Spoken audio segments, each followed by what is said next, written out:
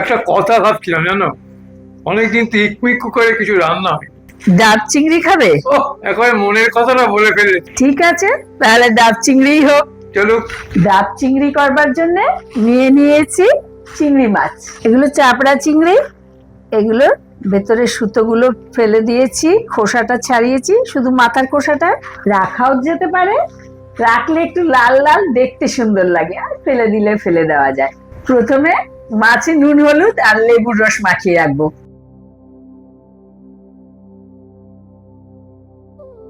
নুন হলুদের সঙ্গে একটু লেবুর রস দিচ্ছি।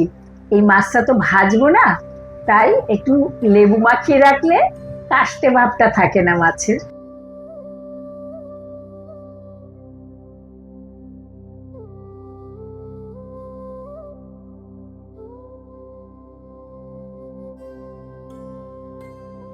এখন আমি একটা মশলা তৈরি করে নেব। তার জন্য নিয়ে নিচ্ছি 2 টেবিল চামচ পোস্ত, 2 টেবিল চামচ সাদা সর্ষে, 1 টেবিল চামচ কালো সর্ষে, 3-4টে কাঁচা লঙ্কা, অল্প নুন আর হলুদ। এগুলোকে প্রথমে জল ছাড়া শুকনো ঘুরিয়ে গুঁড়ো করে নেব, তাতে গুঁড়োটা মিহি হবে।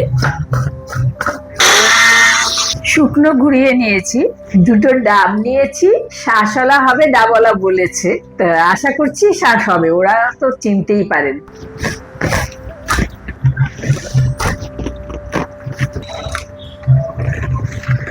নাম মাত্র, কে শ্বাস বলে না, যাই হোক যেটুকু হয়। খুবই কম শ্বাস, আর একটু শাঁসওয়ালা ডাব দরকার হয়।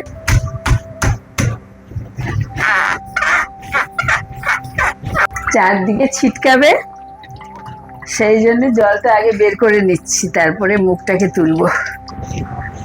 এও খুব বেশি না। ডাবওয়ালা দাদা বললেন এই দাটার মতো মোটা হবে এইগুলো। এইটা তো দেখছি, এটাকেই বলেছিলেন।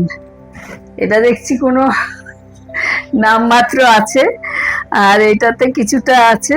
দেখি এতেই আমার হয়ে যাবে, হওয়াতে হবে।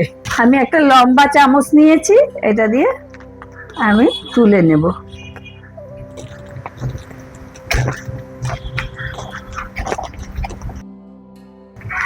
এইগুলো না খুব বেশি ডিপ করে কোরানো যাবে না, হালকা হাতেই কোরাতে হবে। এই শ্বাসটা যখন একটু ডিপ করে তুলেছি, তখন নিচের এই যে অংশটা উঠে এসছে, এই অংশটা কিন্তু খাওয়া যায় না, এটা খেলে তেতো তেতো লাগবে। এই জন্য এই উপরের অংশটা বাদ দিয়ে দিচ্ছি। যেটুকু উঠেছে, বেশি ওঠেনি, আমি হালকা করেই করেছি। 2টো ডাবে এই যে এতটা হয়েছে। এবার এটা দিয়ে আমি সর্ষেটা যে গুঁড়ো করে রেখেছি সেটার মধ্যে দেব, আর খানিকটা সর্ষের তেল দিয়ে ভালো করে পিষে নেব। পেস্টটা জল দিয়ে পিষলে জল জলে হয়ে যাবে, তাই সর্ষের তেল দিয়েই বাটছি। দেখুন এই যে মিহি করে বেটে নিয়েছি। আমি মাছগুলোকে যে বাটিতে করব সেই বাটিটার মধ্যে দিয়ে দিচ্ছি। এটা ইকমিক কুকারের বাটি। এবারে যে মশলাটা দেব সেই মশলাটা দিয়ে দিচ্ছি। এবার মাছের সঙ্গে মশলাটা ভালো করে মিশিয়ে দেব। এর মধ্যে সবকিছু নুন হলুদ সবকিছুই দেয়া আছে।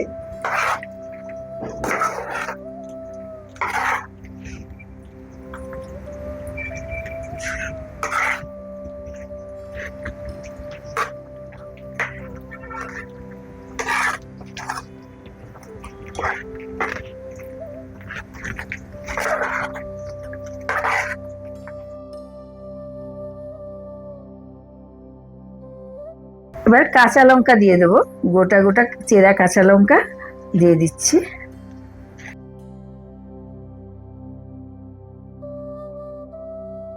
আজ তো সব রান্না ইকমিক করেই করছি, খুব সহজে হয়ে যাবে আমার সব রান্না।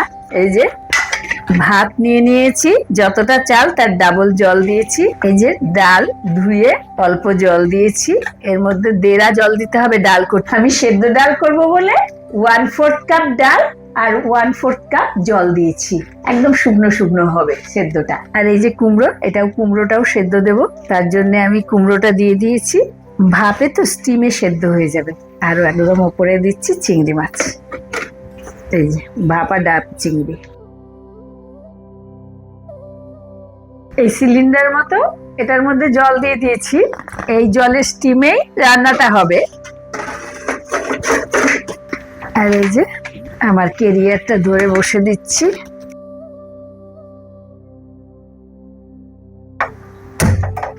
গ্যাসটা জ্বালিয়ে নিয়ে তার উপরে কাঠকয়লার যে পাত্রটা ওটা বসিয়ে ওটাকে কাঠকয়লাটাকে জ্বালিয়ে নিলাম। এবার ইকমিক কুকারে এটা দিয়ে দেবো।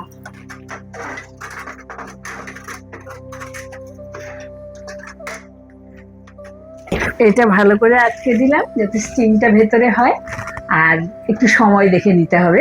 আমি 1 ঘন্টা পরে খুলে নেব, আর কোনো দেখা দেখি করতে হবে না আমাকে।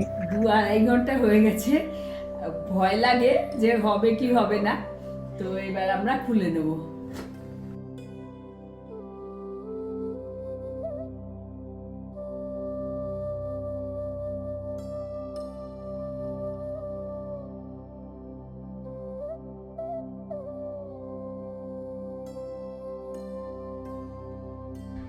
এই যে ডাব চিংড়িটা রান্না করে আর ডাবের মধ্যে ঢুকিয়ে দিয়েছি, গ্যাটিস দেওয়া।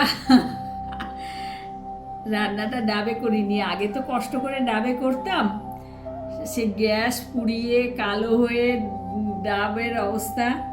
আর এখন ডাবও সুন্দর, রান্নাও সুন্দর রয়েছে।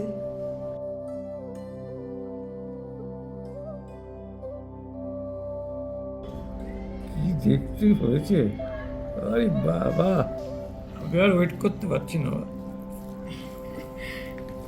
একটু ঝোল ঝোল দিই। না, ঝোল লাগবে না। কি গন্ধ বেরিয়েছে, খেয়ে দেখো। দুর্দান্ত স্বাদ। জিও জিও জিও জিও।